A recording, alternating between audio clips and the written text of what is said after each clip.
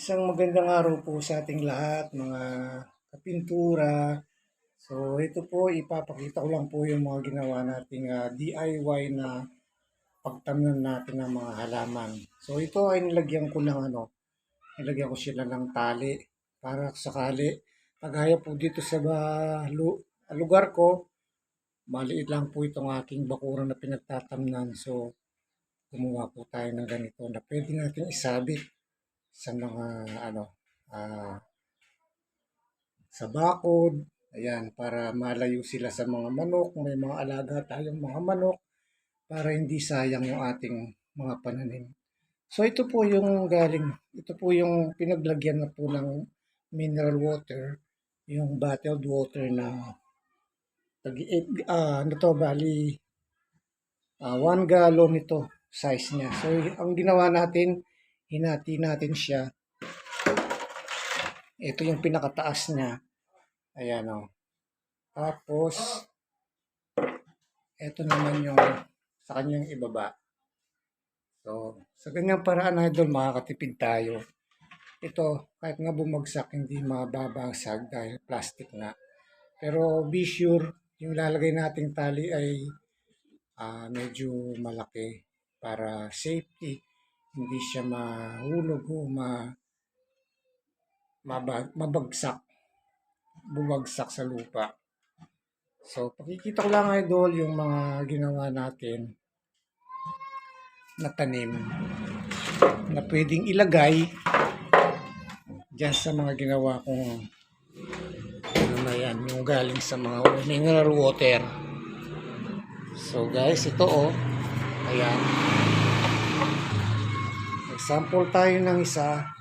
So yan, nakagalon pa yung ating so kung ililipat natin sa lupa yon, itong tanim natin ito, ayan, pwede natin ilagay dyan. And then, pwede natin siyang isabit. Ayan. Pwede rin sa mga ornamental plants. Ayan, makikita nyo. Pwede rin natin siyang isabit sa mga sulok ng ating bahay, pang display. Ayan. Halimbawa dyan, ayan siya. Nakasabit. So, sa ganyang pagkakataon, nalalayo po sa mga naninira, sa mga manok, kambing. Ayan. Alam naman po sa ating probinsya, marami po tayong mga alaga. May kambing, may manok. So, para hindi po nila sirain. So, tapos to, ayan, sinampol ko lang po, may tanim tayong talong. Ayan, kung gusto natin silang isabit, pwede siya. Ayan.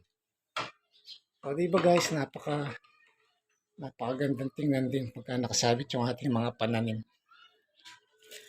So, ayan, kung nakikita nyo, mayroon pa akong nilalagay na mga pinagbalatan ng mga gulay, balat ng itlog ng manok, yung pinagbalatan.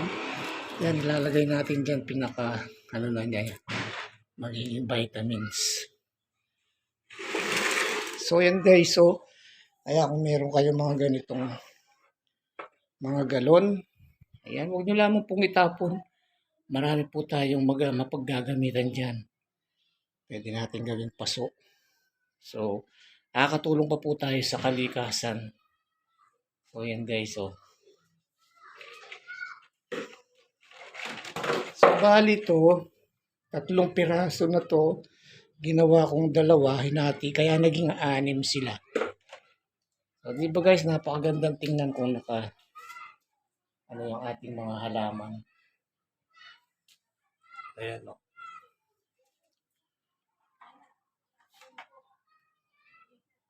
Ayan.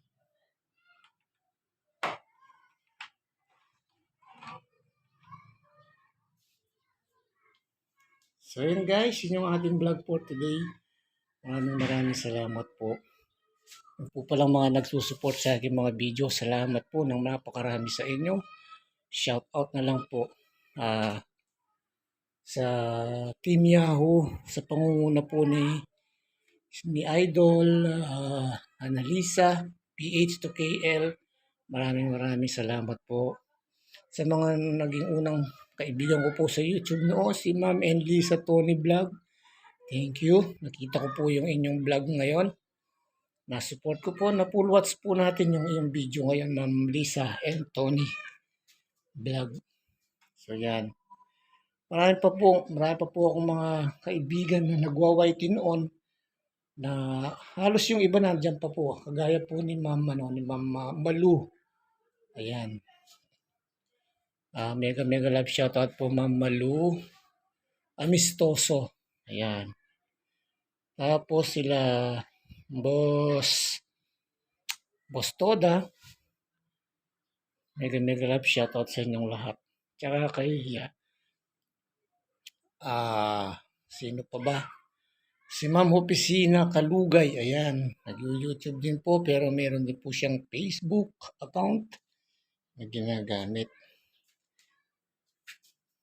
So yun guys, ayan, napakaganda tingnan po ng ating mga pag na mayroong pasong ganyan. So guys, maraming salamat po sa mga nagsusupport.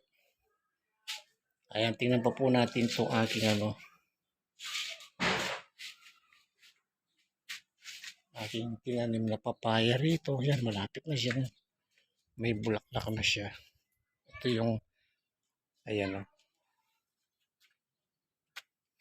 lapit na siyang magbunga. So guys, ito medyo palaos na yung aking mga pananim na talong. Ayan